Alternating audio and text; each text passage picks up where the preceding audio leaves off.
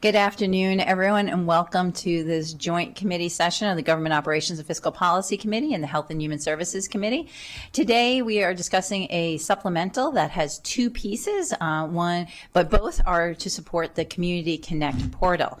The timing of these things can be a bit funky as we are starting our budget conversations, but just as a reminder to us all, this supplemental is for our FY26 fiscal year, the one we are in now currently, and decisions on the FY27 spending will get decided in committee sessions and full council discussions.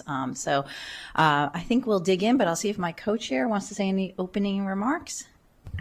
No, not very many opening remarks. Just looking forward to, both committees seeing how this new technology is going to work and optimize what we have been so used to doing across our government agencies to ensure that our residents can access government services more efficiently and in on-demand ways, and being able to, ensure that our staff has more time to, evaluate and quickly respond to the information that they receive.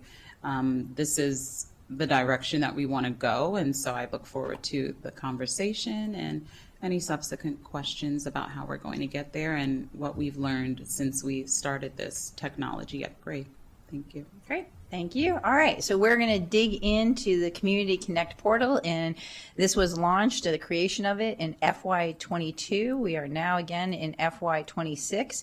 There is a request for $2.2 million supplemental for HHS, as well as an $800,000 supplemental for TEVS to do a feasibility study of the Community Connect portal.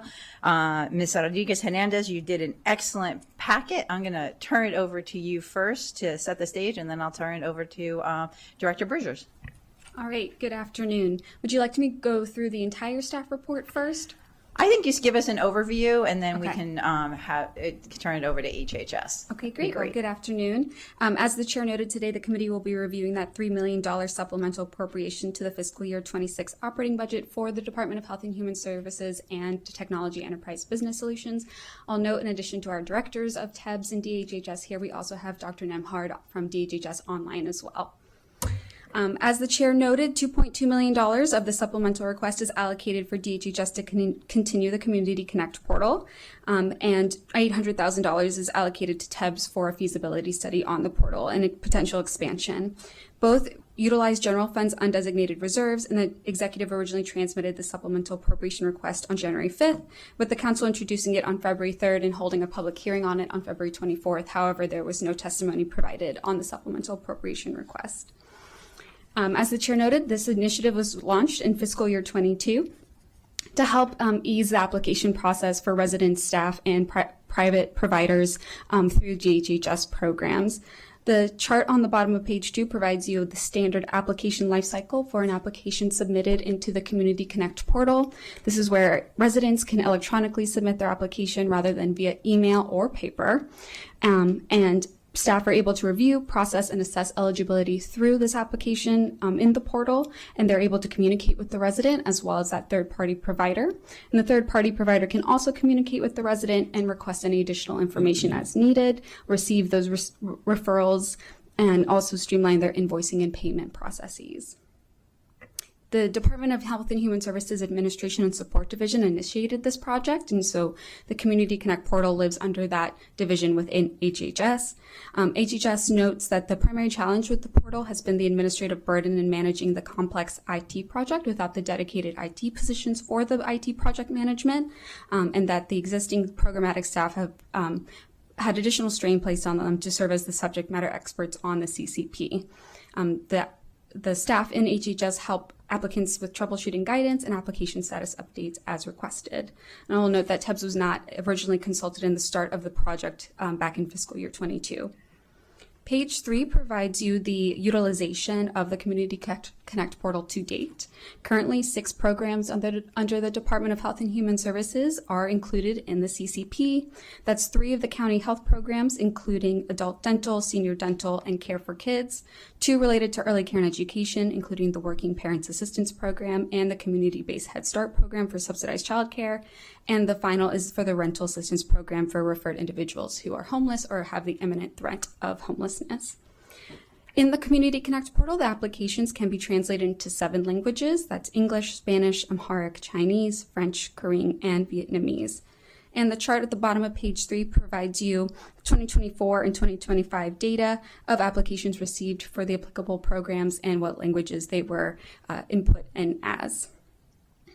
DHHS notes that the program performance measures that they track for the CCP include the total volume of applications as well as the utilization amongst the 7 supported languages. However, they're evaluating the potential for implementation of a data correction log to track the reduction in data entry errors into their case management system within HHS, because the Community Connect portal was originally established as this bi-directional infrastructure support tool for applicants and applications to be entered into the portal and also connected to their enterprise case management system that they already have.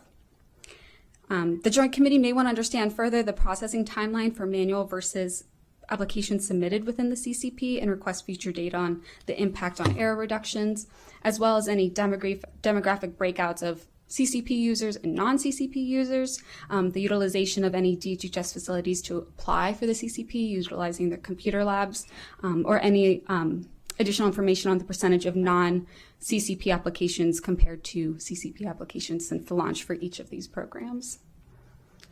To review the funding that the Community Connect portal has received so far, as the chair noted, this project was initiated in fiscal year 22. Approximately $5.9 million in IT consulting and technical services have been allocated and expended with 2 vendors. Primary funding for the CCP originally stemmed from the Early Care and Education non-departmental account, as the Working Parents Assistance Program was the first to really launch into the Community Connect portal for users. About $4.5 million was utilized to build the foundational infrastructure from fiscal years 22 to 24, with about 75% dedicated to development and 25% dedicated to ongoing maintenance. In addition to the $2.2 million request for HHS in the fiscal year 26 supplemental, DHHS is also requesting $2.5 million in fiscal year 27. If all is approved, that's about $10.6 million for DHHS specifically for the Community Connect portal. The bottom of page 4 and the top of page 5 provides you the scope of the Community Connect portal project. And I will note that the fiscal year 26 and fiscal year 27 requested funding would be allocated to phase 4 of the project, which includes enhancements to the provider portal, provider referral functionality, additional contracted services for reporting and data sharing, as well as the expansion of additional programs within the department. So to jump directly into the executive's request, as we noted that the Executive states the supplemental appropriation is needed to expand and enhance the Community Connect program to improve efficiency, streamline services, and broaden resident access. DHHS expects to allocate the funding to ongoing platform development, and $800,000 for TEBS is for that 6-month feasibility study on the countywide government-wide expansion of the CCP. I'll note that DHHS expects the oversight, responsibility, and continued expansion to transition to the Department of Technology and Enterprise Business Solutions in fiscal year 28. However, TEBS state the formal transition and the timeline of it would not occur until after the feasibility study has been completed to determine if their findings determine if the program should continue, if it should be expanded, and how that transition should occur, and when, if so. For the $2.2 million request for the Department of Health and Human Services, this is a result of funding not originally being requested or allocated in their fiscal year 26 operating budget for this program. Again, that is related to the delay in transition from HHS to TEBS from their perspective. Prior to the supplemental request, the DHHS was able to utilize about $245,000 in carryover funds to maintain contract services with the vendor. However, for the first 3 months of fiscal year 26, the contracted services within Department of Health and Human Services entered into a claim status, and DHHS was able to fund that claim of about $337,000 to continue services. DHHS also agreed to continue the contracted services beyond the claim to ensure ongoing expansion of the program development and maintenance to avoid gaps of service delivery, delayed program launches, or risk the reversion to manual applications, including email and paper submissions. Originally, the supplemental was targeted for a 9-month project timeline related to phase 4 of the project scope, and DHHS reiterates that without the supplemental appropriation, they believe individuals would have delayed or lost access to the new enhancements, and staff would need to revert to those manual processes. For the Technology Enterprise Business Solution $800,000 allocation, it is for a 6-month feasibility study to determine if the program should continue, expand, and when that transition should occur, if so. Specifically, $375,000 is allocated for 3 business analyst contractors to conduct stakeholder interviews, document intake workflows, and analyze system requirements and define user needs. And the remaining $425,000 is allocated to 2 infrastructure engineers to assess the current DHHS platform and its integration with other county cloud and on-premises systems. When looking at the fiscal and service impact, as we note that these are requested from general funds undesignated reserves, so of course the total amount of reserves would decrease by the $3 million if fully approved. And as noted previously, DHHS has expended about $888,576 of the $2.2 million request for fiscal year 26. TEBS has not expended any funds towards this, but they believe that they would be able to commence the study about a month after action, and just noting that fiscal year 26 has about less than 3 months remaining in the fiscal year. DHHS states that their second quarter analysis assumed the supplemental appropriation would be approved, and without the funding, there could be a potential for the reversion to the manual process, but also drastic reductions or pauses to frontline services and staffing if not approved. Council staff does note that last year, DHHS had year-end transfer surplus of about $4.7 million, and there is a potential for this year as well. However, in addition, the council also approved about $2.9 million so far in fiscal year 26 in supplemental or special appropriation requests utilizing general fund undesignated reserves for the Department of Health and Human Services. And in addition, there's been an introduction of an additional $3.1 million appropriation request for emergency family shelter services that also utilizes general fund undesignated reserves. And last year, the council approved about $5 million or 7% of the total mid-year appropriation request for DHHS utilizing general fund undesignated reserves. So looking into fiscal year 27 and beyond, part of the reason we're having our committee work session now is to incorporate the fiscal year 27 picture and requests. On April 13th, which is Monday, the GO Committee will be reviewing the budget for the Department of Technology and Enterprise Solutions, and there was no Community Connect portal funding included in the fiscal year 27 request. On April 16th, the HHS Committee is tentatively scheduled to review the recommended budget for the Department of Health and Human Services Administration and Support Division, and the county executive included a $2.5 million enhancement for the Community Connect portal for fiscal year 27 as well. I will note that the operating budget recommendation for TEBS includes a $3.1 million reduction to contracted services of about 5 hours per week for each of their service and program areas within TEBS. We received the Racial and Equity Impact Assessment this morning, so while that's not included in the staff report right now, you've received a paper version and it will be uploaded online for the public. I will note that the Office of Racial Equity and Social Justice believes that this supplemental appropriation has the potential to advance racial equity and social justice. So a few recommended discussion topics prior to the council staff's recommendation include: 1, at this time, there is no known true total cost for the Community Connect portal supplemental project, and supposedly the full cost cannot be estimated until TEBS completes their feasibility study. To date, approximately $6.8 million has been expended on the development of the portal and maintenance, including the $889,000 expended this fiscal year from that $2.2 million request for fiscal year 26. If we include the fiscal year 2026 appropriation request for both TEBS and DHHS, as well as the request for fiscal year 27 for DHHS on the Community Connect portal, about $11.4 million will have been allocated to the portal since its inception in fiscal year 22. In addition, if development were to cease at the end of fiscal year 27, DHHS estimates annual maintenance costs of the portal of still around $1.5 to $2 million annually. And if the project were to continue and expand and develop, the full cost of development or maintenance is unknown at this time. In addition, we're not aware right now of who would have ownership of the Community Connect portal moving forward. At this time, HHS believes TEBS would assume responsibility in fiscal year 28. However, TEBS would pause until they have the findings of their feasibility study to determine that transition timeline, and if so. And finally, when looking at the impact effects of the Community Connect portal, DHHS states that about 60% of applications are completed with 1 day to 1 week of submission. However, we don't have the average timeline for the completion of a manual application. In addition, while the DHHS states the CCP will reduce manual data entry errors, we don't have a current data collection log for that right now. However, DHHS states that research shows manual data entry typically carries an error rate of 3 to 4%, while the platform would have an accuracy rate of 99.9%.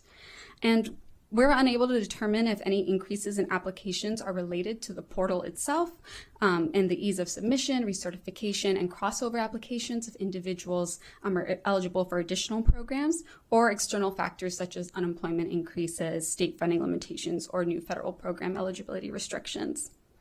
So as a result of that, council staff has recommended a few options for the committee's consideration. The first is to not fund the request, as there is less than 3 months in the fiscal year, and TEBS would not be able to complete their feasibility study within the fiscal year timeline, and most of those funds would be encumbered and expended in fiscal year 27. In addition, while HHS has expended approximately $889,000 of the $2.2 million request, there is a potential for them to be able to utilize any end-of-year surpluses if that were to be the case. DHHS again notes that there could be potential impacts on frontline services and staffing without their request, but they did not provide specifics at the time of the publication of this report. The second option council staff is recommending is to only fund actual FY26 expenditures at this time. So again, that $889,000 that's expended for the fiscal year 26 so far. And council staff would recommend the department determine true actual costs to date, plus any estimated maintenance only costs for the remainder of the fiscal year. The resolution could be amended to remove TEBS from the current resolution as introduced from the executive and amend the total amount to be that cost that we've been able to calculate on actuals and maintenance estimates. And of course, the committee can always concur with the executive. But as we look into fiscal year 27, again, just noting that the GO committee, in review of the operating budget on Monday, would have the potential opportunity to include the feasibility study and the reconciliation list for FY27. In addition, the HHS committee, as they consider that $2.5 million enhancement, could, as they would like, if the committee so chooses to pause on development of the CCP, just move forward with maintenance costs at the minimum rate of $1.5 million annually for fiscal year 27. However, knowing that if CCP were to continue, even without further development, there would be annual maintenance costs required. And if development were to continue, that may increase beyond fiscal year 27's estimate. Thank you. Thank you for that very thorough overview. Dr. Bridgers, I'll turn to you next. Thank you, Council Member and GO Committee Chair Stewart, also Council Member Sells, the HHS Chair, for the many conversations that we've had. When you think of this Community Connect portal, it's a critical shift. I'll take you back to 2022. When we were doing a lot of processing, data, vaccines, testing, and how disorganized and somewhat arduous it was of a task to try to process a lot of folks. And we didn't have the capability. We worked with our technology and enterprise business solution. This was prior to Director Roper coming aboard. But think about how we have grown the system and we've expanded the system and we have used this system more interchangeably, bi-directional, to get folks into services that they may need. I've also, as a side, checked with our fiscal staff and our the Office of Management and Budget just to look at the burn rate, how much we've expended, because I know Ms. Rodriguez and Hernandez did the assessment of the monies that we've already received for this effort. But when you drive digital transformation and service delivery and to be efficient, there's a process and it's a phased approach. Dr. Nimhart will actually walk you through the processes and all of the programs that this Community Connect portal has touched. But also think about when individuals come to our frontline staff and they have to fill out paperwork and they're looking for services and they're already anxious about what the services are that they need. This is where this Community Connect portal streamlines those services to get them to the right services that they need, either a working assistance program or a housing initiative program, and all those things that we continue to build upon this. And then the last piece that I'm sure we will have a conversation about is the assessment, the study, whether or not it's effective and has a positive impact in the community. So those are my comments. I'm going to turn it over to Dr. Nimhart, who is our chief data scientist who created these systems and continue to grow these systems to look at its performances. We've also created an infographic, and I don't know if we have the capability to show that, but to show that as opposed to a PowerPoint presentation, a picture speaks 1,000 words. And so as it's synthesized, you can graphically see the interactions. You can see the timelines. You can see the percentages of folks that this system has touched and that it will continue to touch. You can look at the funding, and we represent the funding streams and how the funding stream has grown. And yes, it has been a costly effort, but automation is at the forefront of what this system brings to not only the agency, but the county. So I'll stop there. I'll turn it over to Dr. Nimhart and then Director Roper to talk about TEBS's part in this and how the vision is to grow this to a countywide system to look at the interoperability of all the agencies to ensure that folks receive the type of support that they need.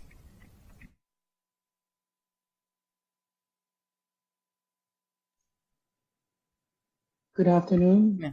Council. Can everybody hear me? Yes, we can hear you. Okay, sure. Thank you. Good afternoon, Council members and the co-chair. And I just wanted to share this first infographic with everyone regarding to our infrastructure and what we deal with in HHS, right? So, and how the Community Connect portal is one of those 24-hour access space that we're trying to create for our community to interact with us in HHS. We serve over 130,000 clients a year. That's a very large number of individuals in the community, and we have a very large budget. We also, because of the integration of our department, unlike in most other counties, we serve clients over 6 different service areas. When we set up this system, we've submitted over 2,000 applications in this system already. We haven't gone to the recertification part of the system yet. That will be happening this year as most people are coming into their recertification space. But we have reduced the processing time for those that have submitted through the application for over 80% of the processing of how we process applications at this time. And we're hoping to do more of that throughout the department for different programs. The reason why we had done a phased approach for this product is because something like this takes a while to actually put out to the community. So there was a lot of testing that we had to do to the community. We had to actually make sure community members were a part of understanding what the system is and being able to give us feedback on building a system like this because we're building it for them. So we had focus groups with the community. We have focus groups for also the provider side of the system. And I'm willing to answer any question that the community chair and community members might have today regarding this product. And also let me know if you want me to go through a PowerPoint regarding the product itself, because I know I've shown PowerPoints to the community members before, but I wanted to make sure it's on your time. Yes, I think I was checking with my colleague. I think all of us have seen the so I'm not if you have like one slide to do a quick overview, but Dr. Demmer, I think we've all been through your presentation, and in terms of just getting through this afternoon, maybe if you want to just do a quick overview for folks who are watching, that would be great. But you don't have to go in as in depth as you have with the individual presentations you've done for us and our staff. Sure.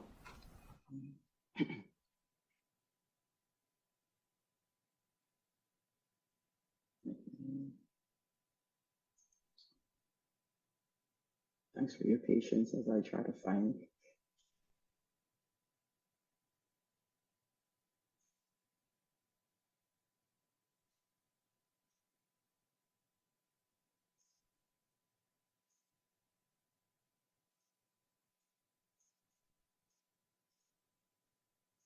So I wanted to talk through the client portal and this product and what it looks like for folks. At this point, for the public, it's a product where a customer can easily provide an application to our system, and we're able to process that application electronically. We're able to send information back to that client. We're able to communicate with that client on behalf of their application electronically. So we're able to say whether your application was received, what time it was received. We're able to share a lot of that information we don't currently can share now because of the paper process. So a client knows when their application is submitted, what part of the process it's in, and how to communicate with us if there's a problem with their application. This is what the application tool looks like.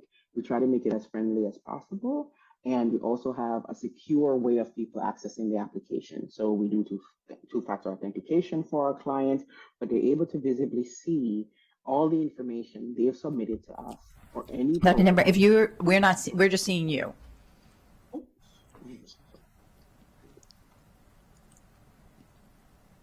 There we go.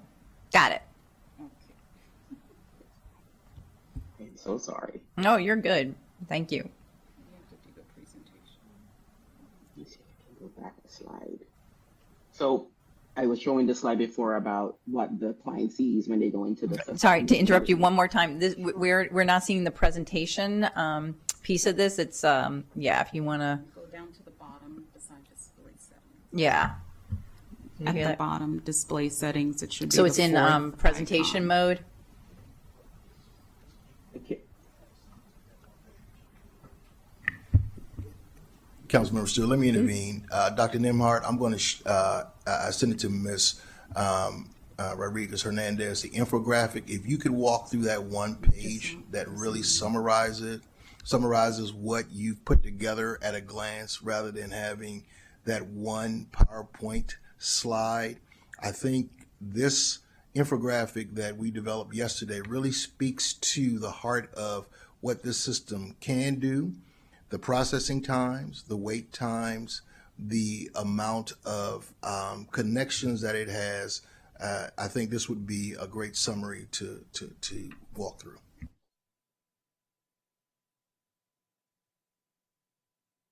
This infographic.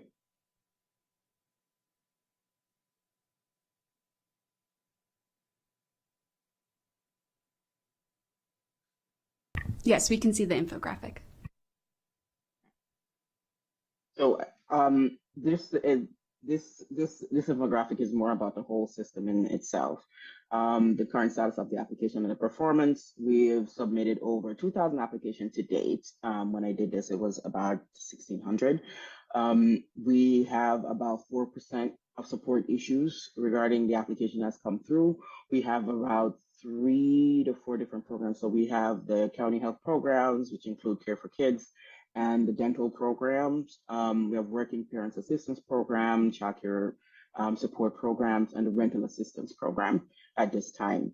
The system is, of course, in 7 different languages. So I don't want to repeat what Ms. Rodriguez has already stated, but I wanted to talk through the actual capability of the system. So one of the things that this system does, it builds upon the current infrastructure we have with our enterprise case management system. So a customer is able to submit an application and receive feedback on that application within minutes. Unlike now, where if they submit a paper application, it'll take probably about 30 days for a full reconciliation. Now they can receive an application with a status within minutes of the application. They also can receive whether or not they've pre-eligible for the services that they've actually requested for, which we cannot do today without an electronic system. We've been building the system in different phases just to ease the community into the newness of the system and the tool, and also ease our infrastructure in providing support and capability around the system. So the first phases was around the working parents assistance program, and we use a bidirectional interface with our case management system. Our second phase is expanding that program and all the changes that has come aboard, because we've expanded it to include our child care subsidy grants that we've had. We've also included adult dental in the system now. Before it was just senior dental. And when our next phase, we're hoping to expand to our housing initiative program and our housing stabilization program and our SHARP program. So our next focus in FY27 for this program is to get those same community individuals to be able to use this tool for the services to end and prevent homelessness. That service area is heavily laden with our intake process and paper. So we're trying to make sure that this system becomes alleviate that stress of application for that, for those individuals. Again, the tool itself, the innovation behind the tool is that once a person creates a profile in the system and supply their data, they will only need to do that once. Unless that data changes, it's a click of a button to apply to something else. And what they need to focus on is other things. Like, for example, if each program need a different piece of information, they're able to submit that and submit it through the portal itself.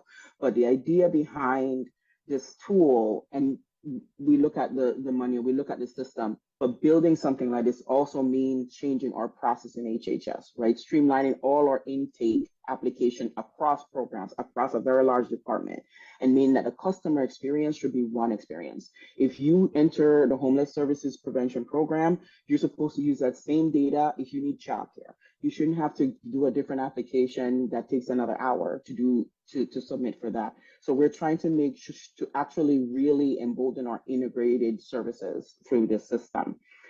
So that's really what the future of our system is. If you have any question, let me know. And if you want me to share more, I also can. Great. Thank you so much for that. I very much appreciate it. I think now we'll turn to Director Roper for her piece of this. So primarily, TEBS was asked to come into the Community Connect portal and do an assessment to determine if the architecture of the system could be expanded to provide services across the enterprise being across the Montgomery County organization. I think I needed to clarify that we're not doing an analysis of the existing Community Connect portal. That it would be a go, no-go on whether or not that architecture could be expanded. The funding that we proposed would cover the costs for doing that. As was mentioned earlier, we've had some cutbacks in terms of contract dollars and consulting dollars. So it would be critical. For a no-go, no-go, it would be critical to have these individuals on board to be able to conduct this analysis. I think the key here is that the architecture of the system, as much as we know about it, is strong, and but the critical aspect of all of this is understanding what the departments need and making sure there's an alignment there. Before we move forward with trying to expand the system. And it could be, we'll get down the road and decide that it's not feasible to do that. So that's basically what the $800,000 is going to cover in terms of TEB's participation in this. Thank you. All right. Let's get into our conversation. I'm going to kick it off before I turn it over to my co-chair for questions. I think overall, I'll start with the first question. When HHS first started looking at this in 2022, was there an overall cost for the portal? And strictly thinking about I guess I'm just trying to figure out we have this supplemental. We've been working on this. I understand the phased approach, which makes perfect sense. But is there, and we have the potential feasibility study, but was there and has there been discussed what the overall cost of this would be and what the vision of it was? So thank you, Councilmember Stewart. I can offer a general response. I think that there was, and it predates me, but I know that there was some discussions about the portal and transitioning, but then we had funds, ARPA funds and other funds available to help support this activity. Once those funds were exhausted or no longer available, then we had to rethink about how we can continue the momentum and reduce the amount of effort or level of effort in getting this done. And so we really had a very tight budget, if you will, and we continue to monitor that. But as we continue to grow the systems and connect the systems and look at the interoperability of the systems, the costs just outweigh the activity. And so I don't have the specific budget items before me, but I can get the information. I know we have another session on the 16th if the HHS chair would like to have that information. Anything that you would like to request when we have the administrative overview, I will have OMB here, I will have our fiscal staff here, and we can provide the necessary breakdown, cost breakdown, but I don't have them before me today. Great. Well, that was incredibly helpful to hear that the inception of this started with ARPA dollars, and we know that predated you and Director Roper on this, and that that's where it started. And then as we have had to reevaluate other programs that started with ARPA funding, how do we do that? So I appreciate that context as well. And I guess the other question goes to, so far, HHS has expended over the $888,000 this year. The request is for the 2.2, and the delta there. Could you just explain why not just do the supplemental for the 888 plus versus the 2.2? So again, great question, Councilmember Stewart. My understanding when I checked with our fiscal folks last night was that we were actually doing the third quarter analysis, and we expect to expend the money during the third quarter. The $2.2 million is used to continue the program and to work through the end of the fiscal year. The supplemental, to my understanding, was submitted well in advance of the packet. And so again, the fiscal information I don't have before me, so I can't really articulate the burn rate or the cost, but I know that the $2.2 million will be spent. Thank you, Dr. Bridges. And I appreciate you answering this question. I know folks from OMB were invited today, and given that this is a conversation regarding a supplemental and has to do with funding, I'm kind of surprised they are not here to answer those questions, because honestly, the conversation today is about a supplemental. HHS will take up the program and the portal. But today, our job and why our committee, Government Operations and Fiscal Policy here today, is to think about what do we do with a supplemental request and our fiscal responsibility. So I'd like to make that noted that, you know, I very much appreciate your perspective and your willingness to try and answer the questions, and that we don't have a representative from OMB here to dig into some of that. So thank you for that. I think, because I don't want to monopolize the conversation, but I do want to, Director Roper, and I understand the timing of all this. I think, you know, when we're looking at different budgets and everything, and I appreciate the reduction in your overall budget on contractors and everything, and we'll get into that on Monday when we see you. But I guess my question to you would be, my preference at this point in our budget cycle and where we are would to amend this request to have the $800,000 discussed in terms of the overall budget for TEBS, rather than do a supplemental, because by the time we actually process this, get it back to you, we're going to be in FY27. And so I think in terms of good fiscal policy and keeping our books in order and everything, it makes the most sense to really get into this with your budget and looking at FY27.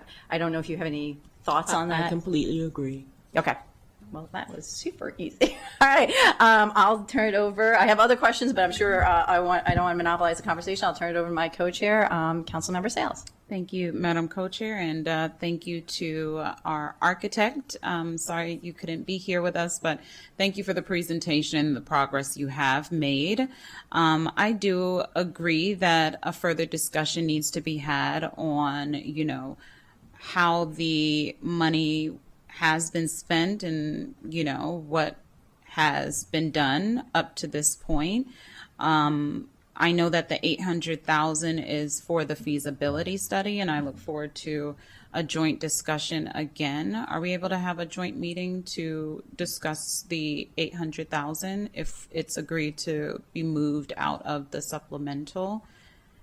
I think what I was suggesting is that it goes into the TEBS, but we can discuss it here, but that the decision would be discussed during the TEBS budget, which goes to government operations on Monday.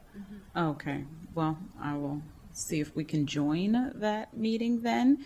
If that is the decision of the council, after hearing the presentation from Ms. Nemhard and understanding the possibility of the expansion and, seeing exactly how far this technology could go to optimize services across multiple departments within county government.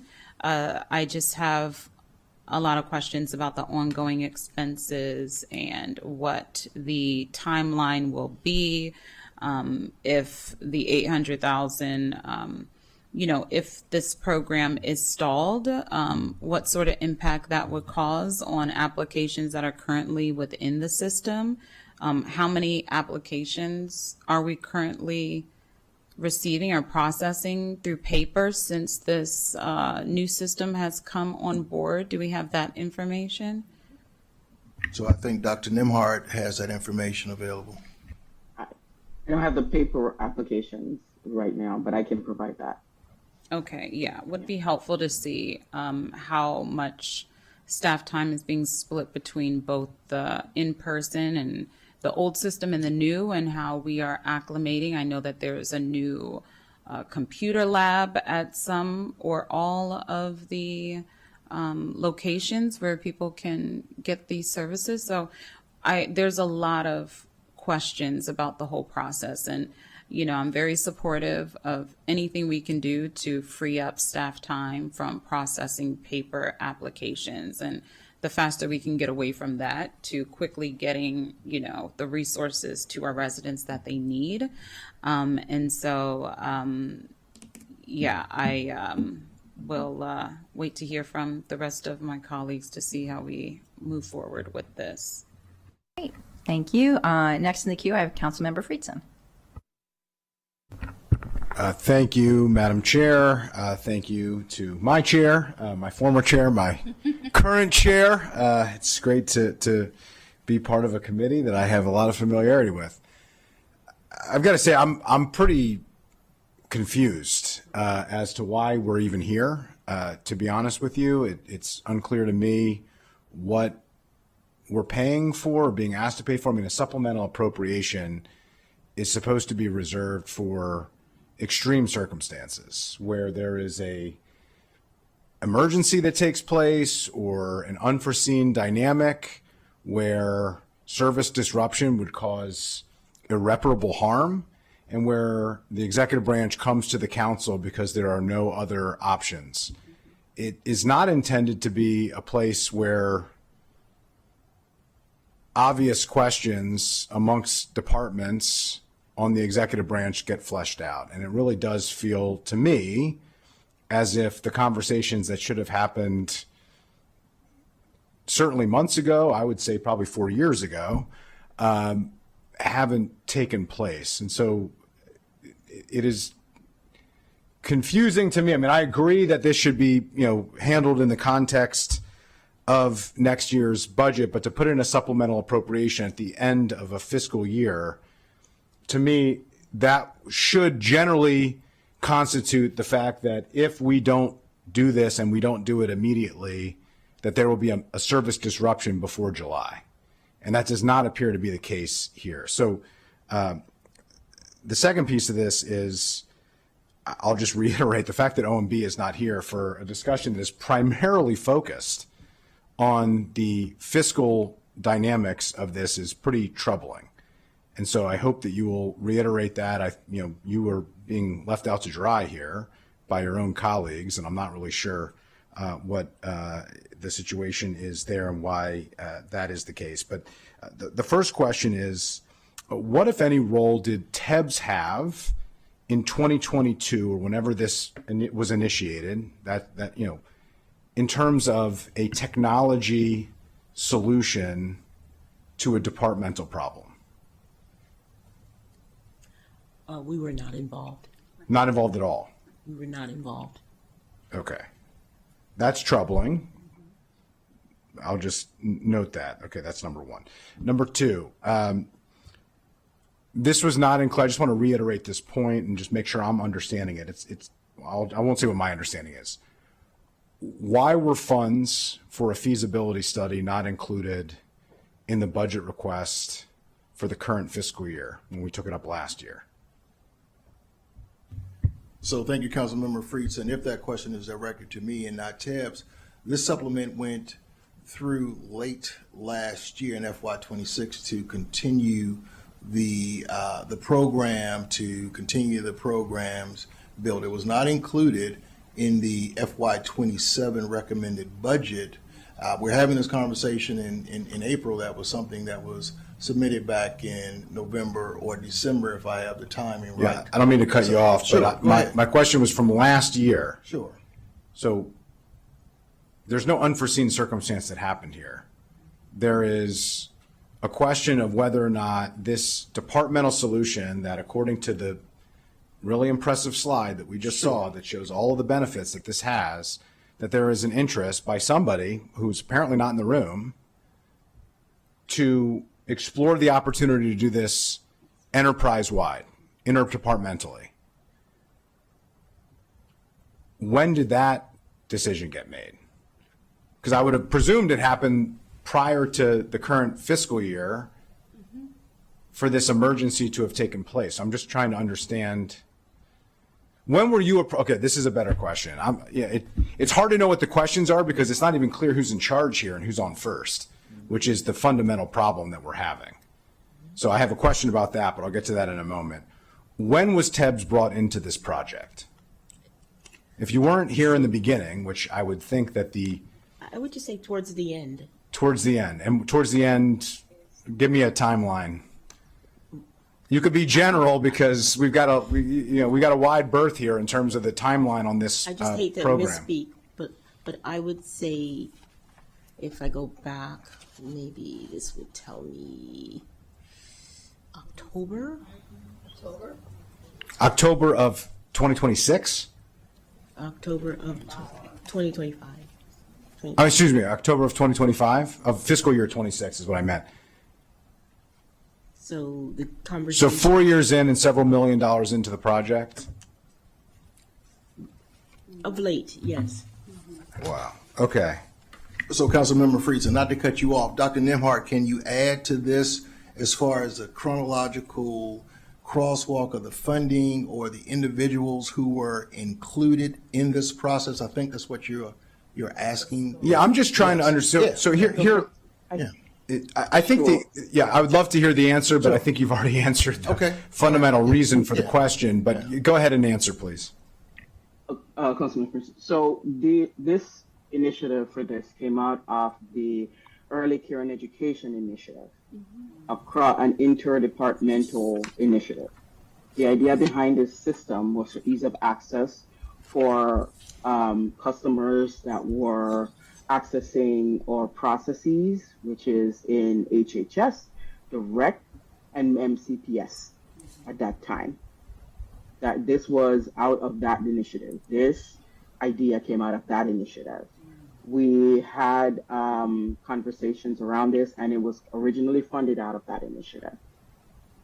we started the project in HHS because the Working Parents Assistance Program inside the Early Care and Education Initiative was the first program to be piloted in this system.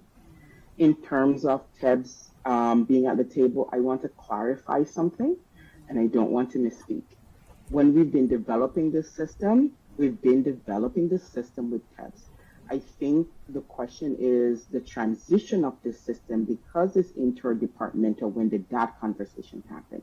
I want to clarify that question because I'm thinking there are two different questions being asked. Because I don't want it to seem that HHS was developing a system without the knowledge and awareness of technology department. That isn't quite clear. So I just wanted to clarify if that's what you're asking. Thank you for that. So I think Director Roper Yeah, wants- let me turn it to the director, and then I have a couple more follow-up questions. So I just want to clarify our role. So we manage the organization's architecture. That means the cloud. That means the infrastructure. The involvement that we have had as it relates to this initiative has been technical and around the architecture, not around the development. This system was developed by a vendor. It was not developed by TEBS. So I just need to make that clear. So if you have to connect, if you are putting any system on our platform and it has to interface with our architecture, the broadband architecture, the servers, the cloud, then departments will come to us to get that clear. This is a fundamental issue. I've talked about this before. I'm not going to overemphasize this point now, but I will note this is a department, and we have several examples of this, that has its own role as a service department for other departments. And there's a centralization and a decentralization aspect to it. And I think we've done a very lousy job of clarifying when it's a centralized and when it's a decentralized component. And I think this project is probably the poster child of a failure in the misunderstanding of how use departments and centralized departments function together and whose job is what and when transitions occur and who's responsible for what, because I still don't think that it's fully clarified. It certainly wasn't clarified coming into this meeting for council members, and I'm not even convinced that it's clarified for those who are working on the project on the implementation stage from the executive branch perspective. Sure. Thank you, Councilmember Friesen. Let me respond to your question. HHS has ownership of this property. I understand the centralization and decentralization, and that's why we want to do this assessment. But HHS has ownership and has consulted with TEBS in this effort. I have duly noted your response, and I can read the room, and I know that we can provide additional information if it's not apparent. So if you're responsible, why do we have a supplemental? So the supplemental is, as I indicated before, is to build upon the work that we've done. The supplemental is necessary to continue the work and expand the work to include the assessment. That's why the supplemental was asked last year. Okay, so the supplemental, the emergency supplemental, is to do exclusively to do that, because that's my. I have two more. Can I just clarify, and Dr. Bridges, I have no doubt you submitted this request to OMB last year. I just want to clarify, we received it in January. Yeah. So I just think it's important to note. I understand. You may have been doing your work across the street or in your office when the council got this. Yeah. We received it in January, and there is a process of getting it on our agenda, introducing it, having a public hearing, scheduling, a joint committee session. So, I just want to note that we got it. This was January of this year, 2026, and we had to go through our process of making sure it was introduced, had the public hearing, and now has the joint committee session. And I think that's why, I had the question for Director Roper, understanding where it is in the processes when we will get to, since we're in the middle of the budget. So Thank you. I do want to clarify that, and I appreciate that it may have taken a little time across the street to get your request to us. Sure. All right, that's one question. Okay. Who is this an interagency effort? As it started as an interagency effort, and it is returning to become an interagency effort again, it seems, according to some of the answers at least that we've heard today. who is the interagency person who is responsible for this project? So Dr. Nimhart for HHS is responsible for this project. I don't know who. But she works within the Department of Health and Yes, Human Services, yes. has no control over TEBS, has no control correct. over certain other interagencies, certainly has no control over MCPS and recreation. Correct. Who is the interdepartmental person, the person who has scope and is able to go enterprise-wide here, who's responsible for this project within the executive branch? Nobody? We haven't gotten to that yet, Councilmember. We are working to get, and that's what the assessment. So you want the money to then figure out who's going to be in charge?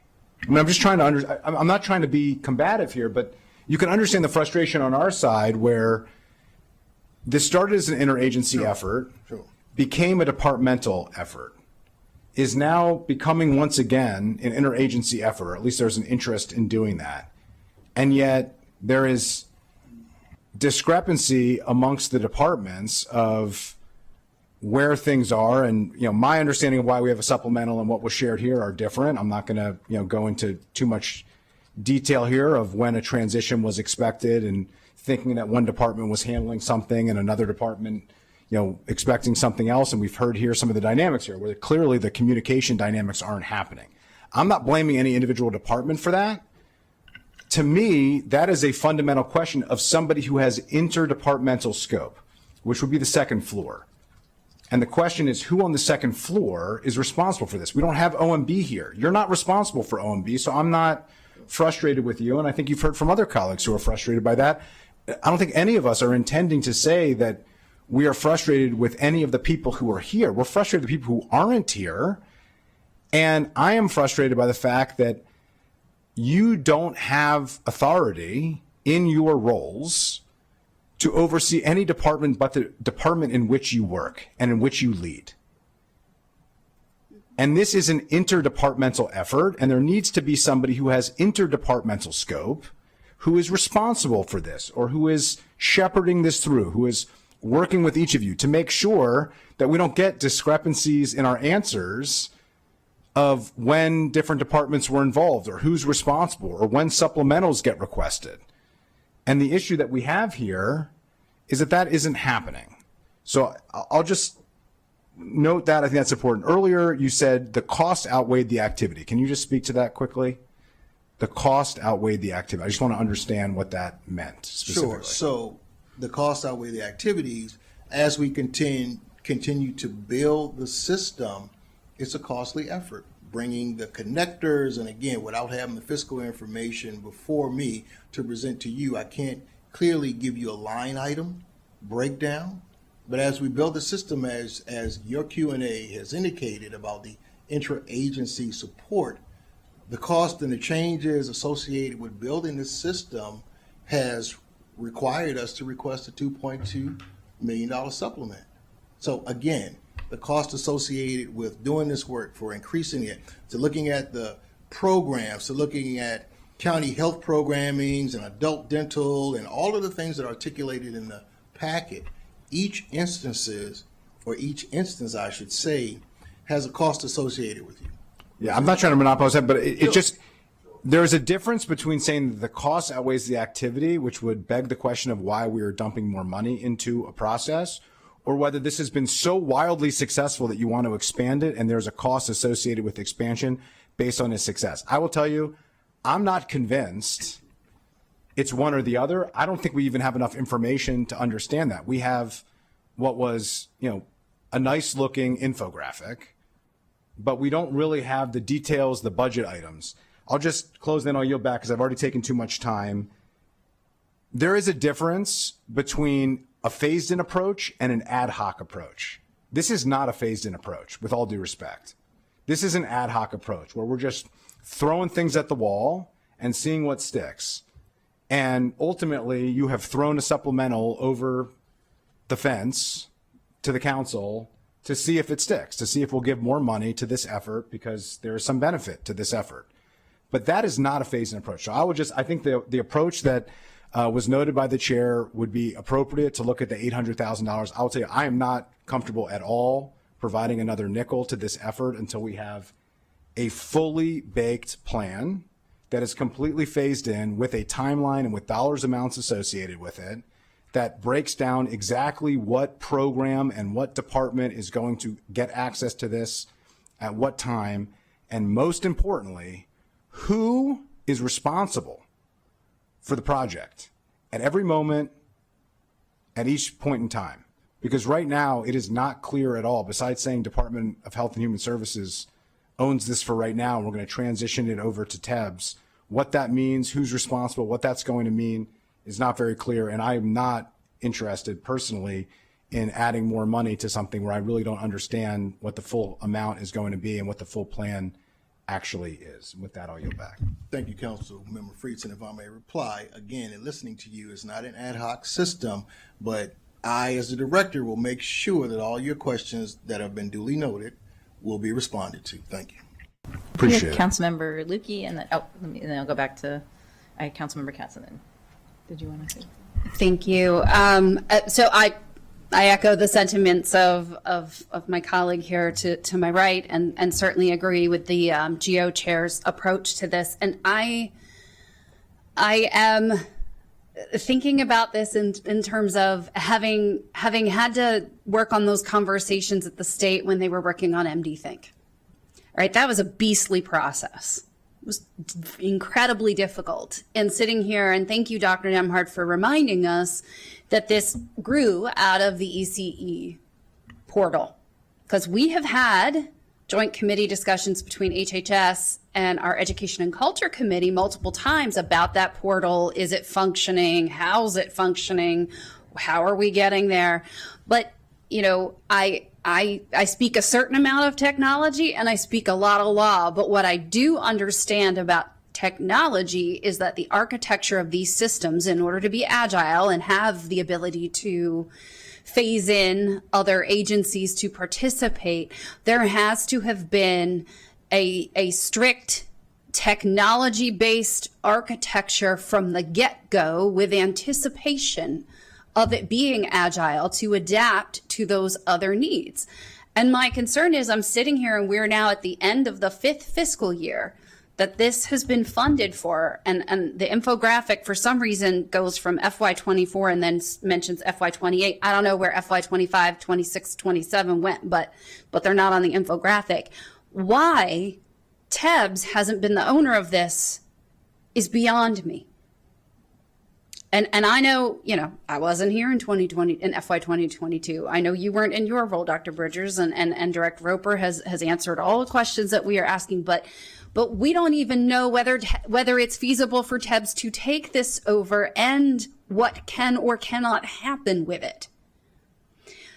That's not an emergency requiring a supplemental appropriation. That is an indicator of a great need for the executive branch to sit down and collectively sort out what is needed moving forward and come back with a full articulation of that, because that's not what we have right now. And even the questions that I know our HHS chair had asked about the paper applications versus the electronic ones, like none of that's here.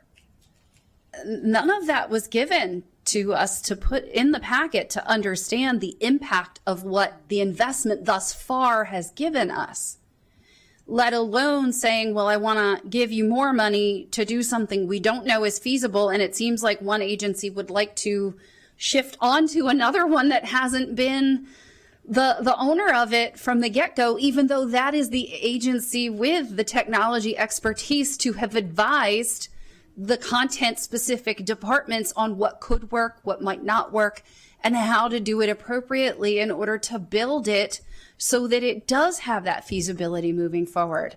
And so I'm not comfortable with appropriating anything right now based on this, and don't believe it is appropriate for a supplemental appropriation, and do believe it should be taken up in the GO budget, and that we need to come back post-budget, post-FY27 budget, and have a robust discussion about what this means in an enterprise solution way for whichever county agencies are using this, to make sure we understand how it can work, the timeline for it, and what results it anticipates giving us because we don't have that before us. And that's a huge challenge for me. And with that, I'll yield.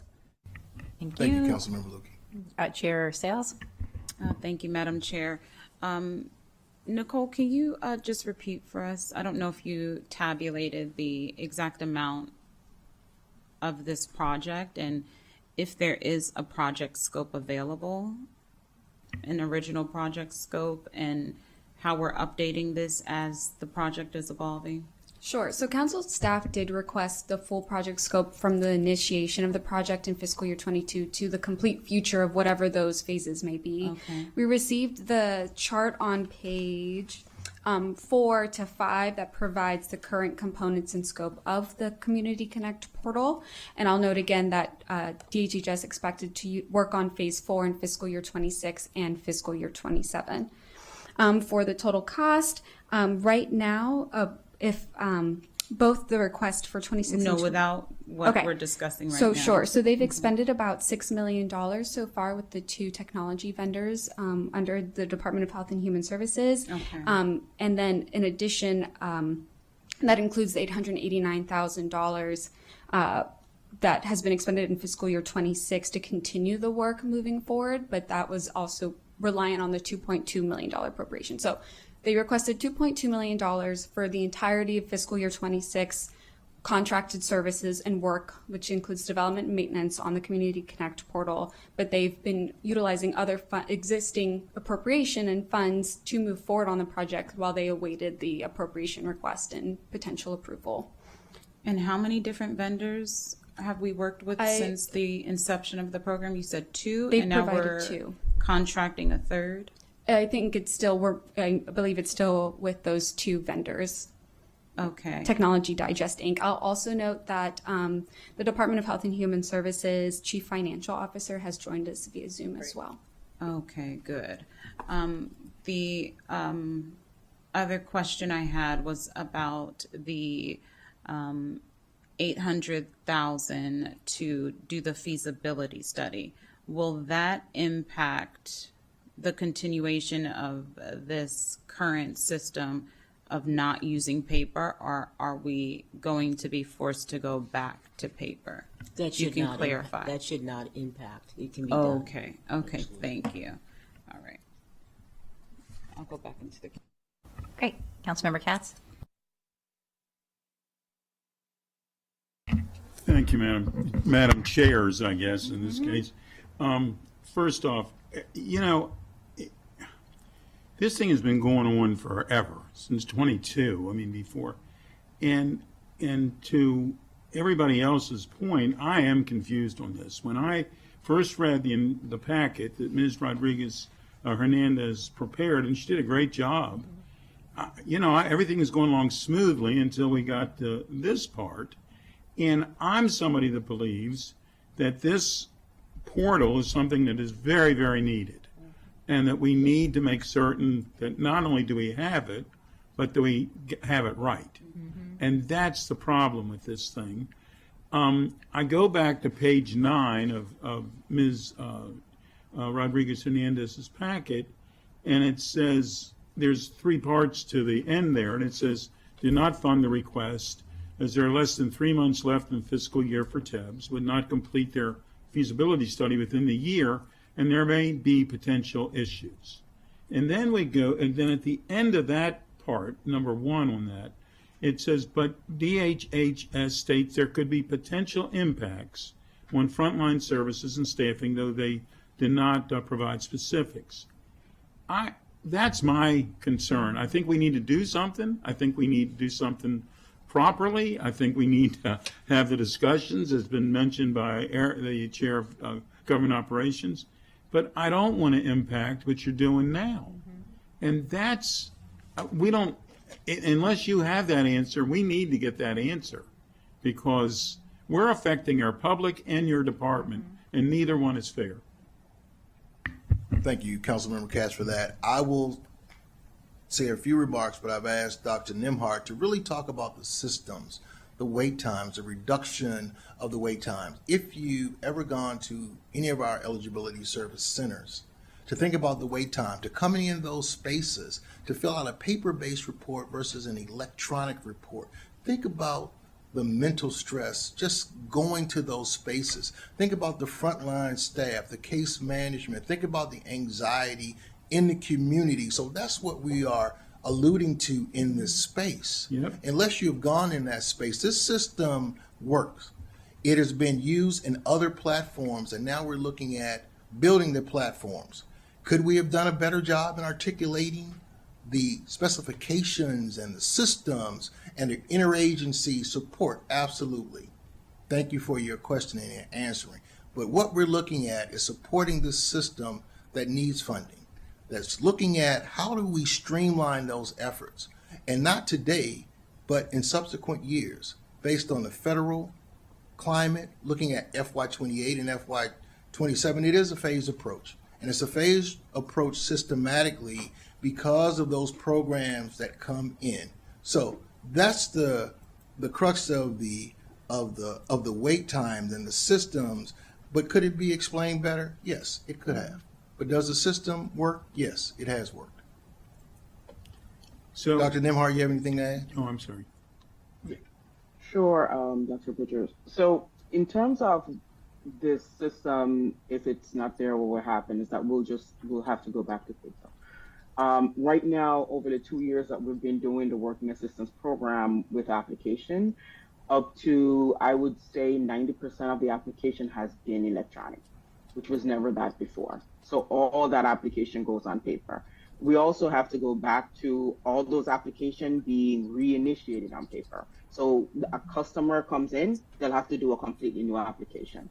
The current system, what it does is that if a customer already applied, your recertification process is minutes, probably 2 to 3 minutes. If they have to do a full application, it's probably over an hour. So if this goes offline, then we're just back to paper again in terms of the impact. And right now, the Working Parents Assistance Program and the county health programs are the ones that are using this the most. And we've also been able to stand up the new grant for the community-based Head Start in no time for use of this system, because we have a system like this for people to apply. Now that will also have to be on paper. So in terms of the actual use and feasibility of the system in HHS and on its intake side, it is, it's night and day compared to a paper process. Okay, let me ask this in a different way then. Thank you for that answer. But the second part on page 9 of the packet, it says fund on only actual FY26 expenditures. DHHS states approximately $889,000 of the $2.2 million request has been expended. Is that, how much more money do we need to continue to keep this in operation till we can figure out what we should and shouldn't be doing with this? Thank you. Jason is on, so our chief financial officer is on. He can speak to that. I'm sorry, I couldn't hear you. Also, Go ahead. sorry, the chief financial officer for HHS is online, but I'll just also note that they estimated about 1.5 million to 2 million in maintenance costs, so that could help maintain the portal without further development until the TEV study was completed. But And that's until the end of the fiscal year? no, so to determine I'm the asking, how tr- much does it cost till we can get into what we're doing now for next fiscal year? I'll turn to Mr. Rendell for that. I believe, Dr. Nemhard can correct me, but I believe the amount that we are requesting is really the maintenance keeping the light on amount for not the enhancement for TEBS to do the feasibility study, but the existing amount is sort of a stripped down version to keep the lights going on. We've expended already 800,000 something, and then it's about 2.2 million in total for this year for us to keep the maintenance with basic upgrades that are just necessary to keep stuff going on. Dr. Nemhard can correct me if needed, but I believe that is the amount that we've requested as needed, really not for large enhancements, but just sort of to keep doing what we're doing. Dr. Nemhard?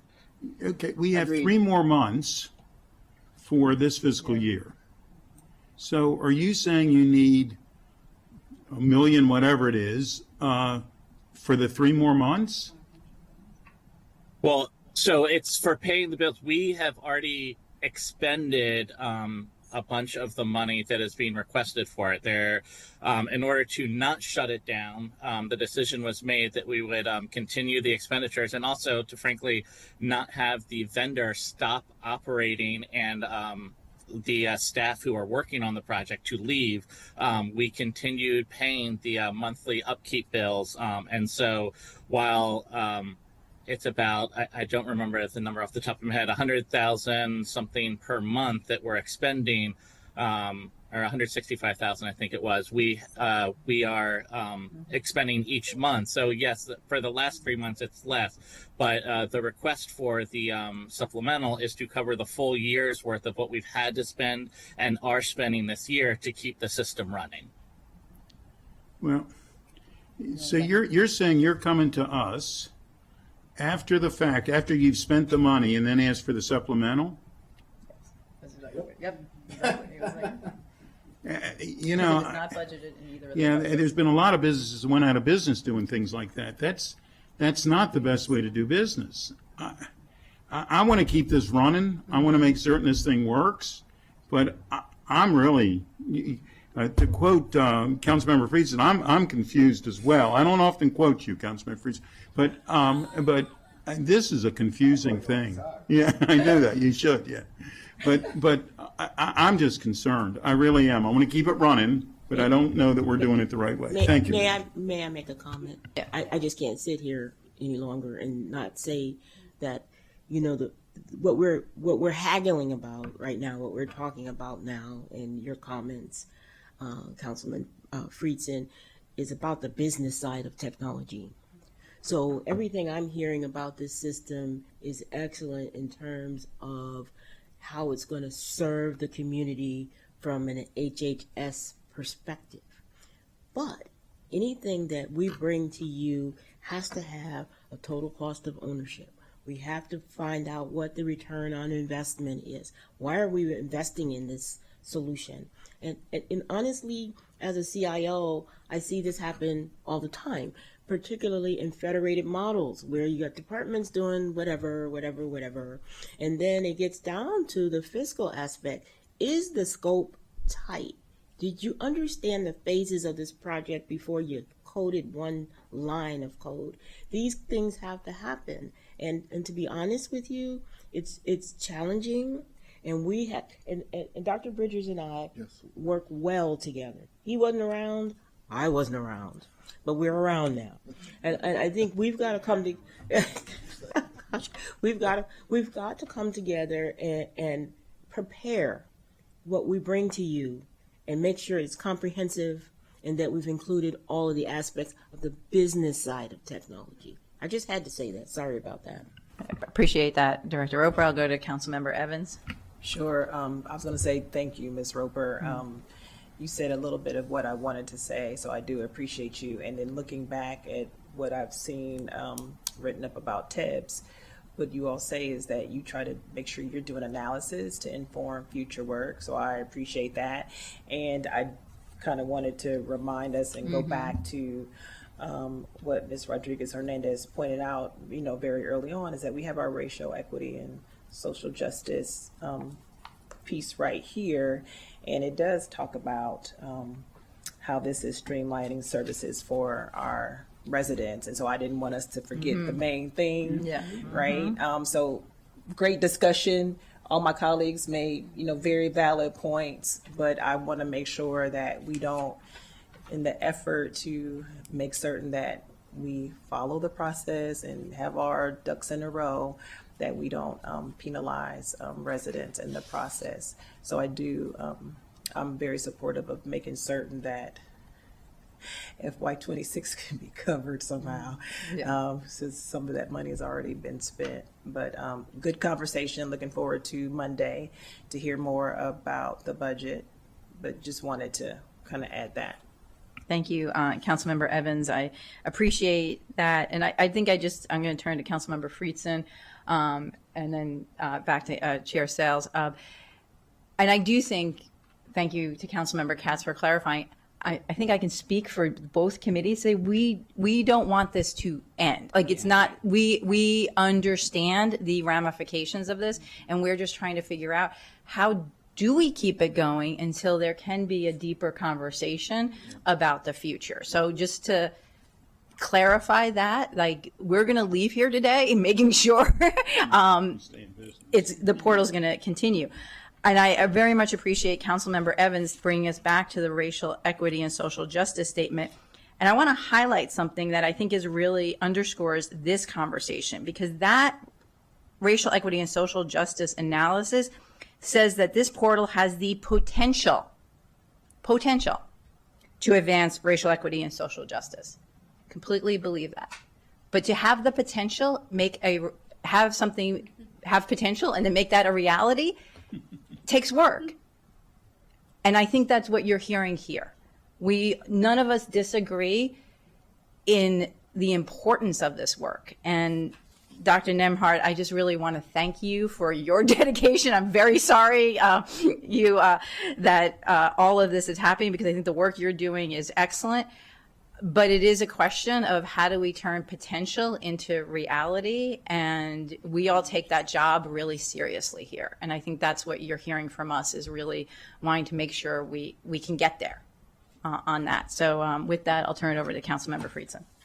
Yeah, thank you for centering us in the work. I do think it's important. I mean, the context of this conversation is supposed to be an emergency fund for the work, and whether or not this is an appropriate use of funds. And I do think we need to, center that too, because in order to deliver the services to people who need it, we have to manage things the appropriate and the right way. And I don't think this has been managed the appropriate or the right way. And again, that's not a direct criticism of any individual person. This is intended to be and started as an interdepartmental effort, and hasn't been handled as an interdepartmental project. And I think fundamentally that has been the challenge, and ultimately need to figure that out. It's still unclear to me of exactly where is the funding for this currently authorized. Like, what funding do you have for this now? The idea is you're coming to us right now and you're saying we ran out of money, and we got folks that we got to pay who are doing this work, and we have a critical service that we want to continue. And you have generally support here saying we want services to continue too, and we want to make sure that we're meeting potential with actual impact. Intent is nice, impact is more important. Let's make sure that we're having the right impact. It's just not clear to me, and then what happened? Like, did the contracts end up being more expensive than was authorized? Were there more hours that were undertaken? Did you have to switch contractors and that became more expensive? Like, that is not totally clear. And that's where the questions of the 1.5 to 2 million, is that for 3 months? Is that for the whole year? Because we have to back pay for the dollars that weren't requested last year. Were there dollars, requested appropriately last year? Did somebody think that somebody else was going to appropriate? This is where I asked my question earlier, and I had a different understanding, because my understanding was one department thought the other department was taking care of this, and the other department wasn't aware that they were being expected to take care of this, and therefore no funding was requested for this, and yet the work continued. So we have a whether or not this work was even authorized question, number one, and then number two, we have a who's on first and who's managing this, and again, the interdepartmental dynamic where we've got two departments going like this, and it's unfair because you're acting in good faith. One department's doing their work, the other department's not aware that they were being asked to do something, and the person who would be responsible is, to me, the second floor, the county executive's office and the chief administrative officer, and they're not even in the room. So that's the fundamental question that I have is, what does that look like?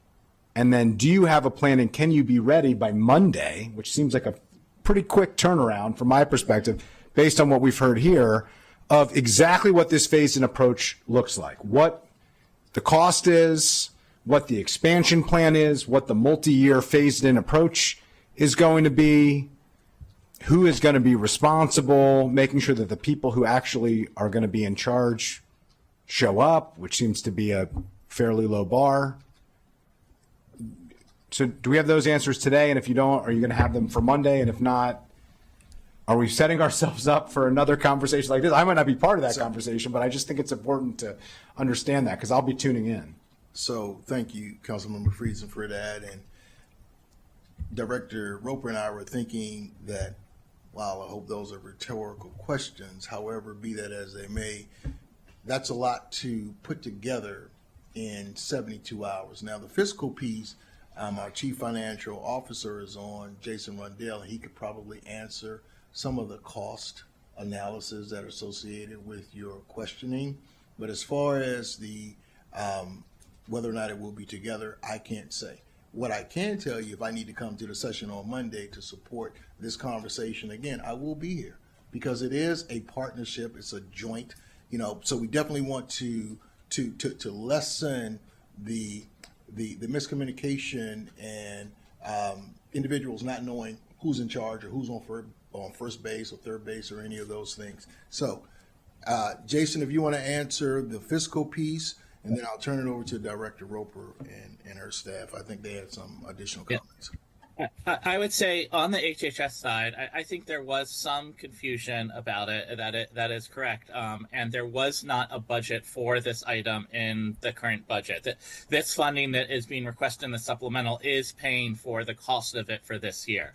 So for the first 4 months of the year, we were using a prior year PO. It was an off-cycle contract, so we could continue to spend against that. At that point, when we were working with our TEBS partners, figuring out exactly how this would work with the second floor's involvement in this as well. And we're working for a plan. We incurred a claim with the vendor because we told them to keep servicing it. We did not want it to shut down. And so at some point, the decision was made. Remember, this supplemental was sent over the first week of January. So at that point, or right around that point, the decision was to, instead of going through a claim status, which, as you all know, vendors hate to be part of because it delays payments, and to ensure that it wouldn't get shut down and the staff working on it wouldn't sort of go to other projects, it was decided to enact a contract for this year, for the remainder of this year, with the hope and assumption that the supplemental would cover the cost of it. And so that is what we have been doing. So this supplemental, the amount for HHS, is sort of the keeping the lights on for the entire costs that are incurred during this fiscal year, which is paying for it essentially October through June. It's paying for the amount we had to pay for the claim to the vendor who is continuing to provide services, and the amount to pay since this has gone over to council through the end of the year to provide the costs that are needed to keep the services that HHS are providing going on. I have two questions. If you assume that TEBS was handling the budget request, wouldn't you have assumed that they would handle the contract? Well, as I stated, we had through October. Once we found out what was going on, once we were all on the same page and understanding, that's when the supplemental started being writing. It was clarified that HHS would continue to manage the contract this year and next year. And TEBS would plan on transitioning to running the services in FY28. Yeah, I understand the conclusion that you came to, but at what point did you realize that nobody requested this in the budget? I mean, I just want to be clear. I mean, we've glossed around this. This is a very serious issue. And the frustration that you're hearing is somehow, some way, nobody requested funding for this very critical service that has significant potential to address racial equity issues and provide services to some of our most vulnerable residents. Nobody requested it. That's why we're here. We're here because there was over $2 million in funding for a contract to provide a critical service, and nobody bothered to put the request in the budget last year. Can we agree on that? Okay, so that's why we're here. That is not how it was framed to us originally, which is extremely disappointing. Because when you make a mistake, mistakes are acceptable, but you have to own your mistakes.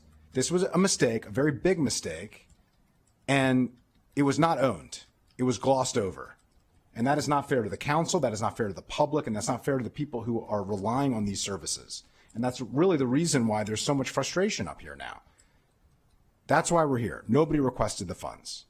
At what point was it realized that nobody requested these funds? Because I'm hearing October, but then, someone had to be looking at the budget, and did nobody realize that when the budget went over last March that this didn't happen? I mean, it's unfathomable to me that nobody is in charge here.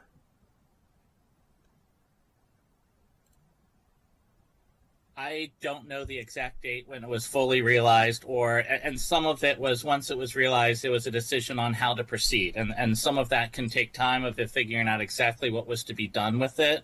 I would agree that a mistake was made in the budget submission last year with that. And I do own that as part of our department. And we have been working to figure out the best way forward to rectify that. And that is what you have in front of us, the sort of the dual approach of us funding the rest of HHS and TEBS needing funding to do the feasibility study before they can take it over. And so that's what the other part of the funding is for. And so that's sort of where we are.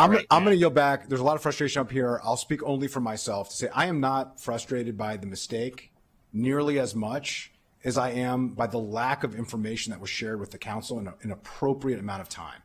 And the idea that the feasibility study money was placed in this supplemental to try to gloss over what the real reason behind the supplemental was, which is that you forgot to put it in the budget because two departments weren't talking to each other, and because the second floor, the chief administrative officer and the county executive was not minding the store.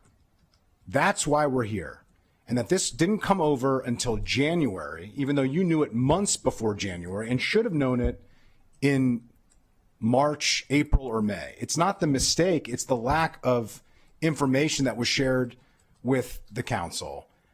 I am looking forward to getting a lot more information on this, but a lot of these issues need to be clarified, and it still needs to be very clear on exactly what money was spent and exactly how much money is needed just to get through the end of this fiscal year. And I still don't think we have that exact information. And that isn't a range.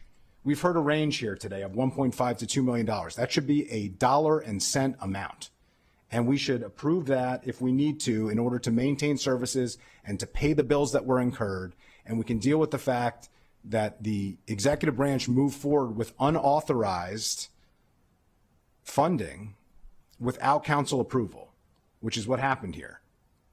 For months and months and months, the executive branch moved forward with the service without notifying the council, when all you needed to do was reach out to us and say, here's what happened, here's what we're planning to do, we'll be sending you over a supplemental in order to deal with this, but we want to maintain critical services, and it would have solved the problem.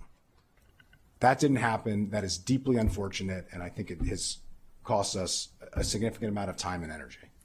May I make a comment, please? I glossed over nothing. I think that part of the feasibility study was for TEBS to understand where this initiative was going so that we could better provide information. It wasn't a gloss over.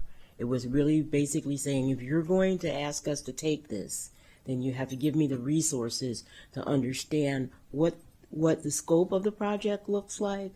I think part of the challenge is writing a good contract, understanding the scope so that you're not having phased approaches that aren't funded. So I just have to make that clear. I can't have you believe that. I appreciate that. Those should have been two separate requests then. And I don't think that the feasibility study is an emergency to pay bills. And I think putting those together conflates those issues. And I do think was done not by you, because you put in the request, but by the second floor that sent this over, that ultimately has the decision to send over supplementals. And my frustration here, again, is not with the individual departments. You all are doing your job, and I appreciate that. It's with the interdepartmental nature of this and the lack of interdepartmental leadership. I'll yield back. Thank you. And I do, Director Roper, I do thank you, because I think that is part of why we're talking about splitting off the TEBS piece of this and discussing it separately from how do we keep the lights on for this portal for this year. Chair Sales? Thank you. I'm trying to understand what the dollar amount is for the remaining year. Is it the 888,576, or is that already spent and moving forward? Whatever's left over from the 2.2 is what is needed to get us through June, or? And we I'm have been seeing- joined by on Ms. down. Cardona, if you want to join us. I feel like there's been a lot of calling of friends, and we Phone a appreciate friend. on a Friday afternoon. You, yes, if you want to address that question or anything else. Thank you. Yes, Luisa Cardona, Assistant Chief Administrative Officer. And yes, just in general, to address the comments, I have to say, yes, I agree. This had fallen through the bureaucratic cracks, and not just once, but multiple times. I completely acknowledge that, and we as a second floor acknowledge that. The county executive, when it came to his attention, very similar remarks from what we're hearing here today, right? This shouldn't have happened. It should not have fallen through the cracks. And I do apologize that it was not clearly communicated when that supplemental was submitted over in January. I will say that the numbers, I believe the 800, so I don't have the exact amount, is what was already spent. The 1.2 is just what is needed for HHS, right? That is So- just to keep the lights on, as Councilmember Sales posed the question. Well, it's saying that the 888,576 is what has already been spent, and it's part of the 2.2. From when the packet was submitted, but part of the 2.2, and from what I'm hearing from council, is we're going to split off the TEBS request, right? So if you split off the TEBS request was, Gail? 800,000. So if you subtract 800,000, I went to law school, I'm terrible at math. 2.2, you subtract the 800,000, and then the 888. That The is request was for 3 million, sorry. Yeah. The 2 point, sorry. I know, Ms. Cardona, you're Okay. catching up. Right, the 2.2. already subtracted. Yeah, so 800 was already subtracted, so we're working with the 2.2. Well, I guess what we're trying to figure out. Did you and- already subtract the 800 from Gale? No. 2.2 is. Is part of Is it. with it subtracted Yes, from the right, three. Okay. exactly. And so Yes, okay. the question this afternoon, I think we're coalescing around coming to where we're going to end this meeting today. So I think I'm not hearing objections, even though Councilmember Lukey has stepped out for a minute, objections to splitting off the TEBS piece and understanding we are so close to the FY27 that we will address that in FY27 for the feasibility study, though hearing that, we understand the need for that as this shifts. Also, very clearly stated by this joint committee that we want to keep this program running. We do not want to have impacts on our residents nor on the staff who have been working on this. The question we're struggling with is exactly what is that amount? We have 2.2 in front of us, understanding that 888 million plus has already been spent. Take that out of the 2.2. I'm not doing that math. What of that is still needed to get us to the end of the year? I think and if we don't know that number right now, that's okay, because we could, as the joint committees, say, provide us that number. Well, the number is 1.3. It's 1,311,424. If my math is serving. No, me I was correctly. asking what we actually owe, if they have. Well, yeah. it's the 888,000, and then 1.3 is what's remaining from 2.2. I think the question some of us are asking, though, is that really the number you need? Understood. Until Right. June. And we can get together Right. with HHS and the contractor to determine what is owed through July plus what was spent. You're asking us to give you the math. What was Yes. owed? Yeah. What's current owed to get us through July, and what was already spent, and that is the number you want. Well, I'm not done yet. So I also need to know, because this project has been going on since 2022. We don't have the original scope of the project. That was only supposed to be for the Working Parents Assistance Program, and it has since grown, and now there's $800,000 to see how far it can go. We're all in agreement that we're glad it works. We're glad that 7 languages have been piloted and it successfully can interface with this new electronic virtual program. But I don't know what's going on, and I don't know who was involved. I don't know what the original scope was for, how much was originally contracted, what the original contract asked for, what was expected, and why we are close to the end of the fiscal year and we have an emergency funding where we're having a contractor threaten to stop work and impact service delivery. So I need to see the 2 contracts, the scope, where we're at with those contracts, what the timeline is for the end of the contract, what the expectation is going forward, and then we can start talking about feasibility and how far we need to go based on the 6 million plus now almost 8 million that we're putting towards the project, and we're just at the start of it.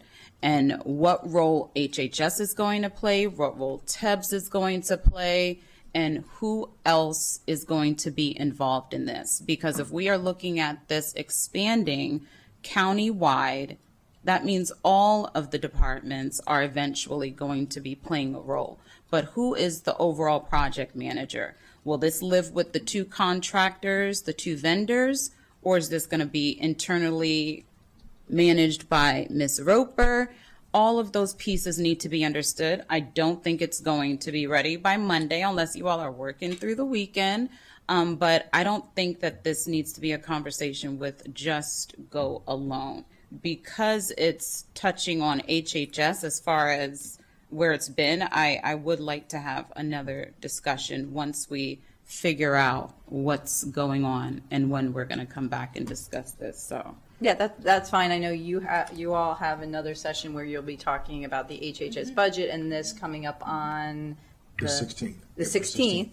I think just like, and Dr. Torres, correct me on this, just like we do with like the website and other things with econ, I think we can begin the conversation with TEBS on Monday and come back together, because there are other types of things that government operations deals with that touches other departments. And generally the way we've done it is start a conversation with TEBS, like we did with the website a couple of years ago and other things, get at that with their full budget, and then we can come back with HHS and discuss that after you all had a conversation that goes much deeper into the portal, where it's going, that is fully within HHS's realm, though we're all very interested in that.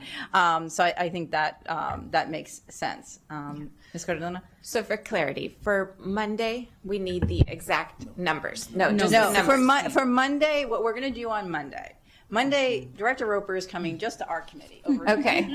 And we're going to talk about TEB's overall budget. What I'd like to do on Monday, to give a little preview, is to just go over the feasibility study, what Director Roper is thinking at this time, and think about how we want to present that to our colleagues. One of the questions, just to give you a preview, is whether or not we start with the cloud analysis.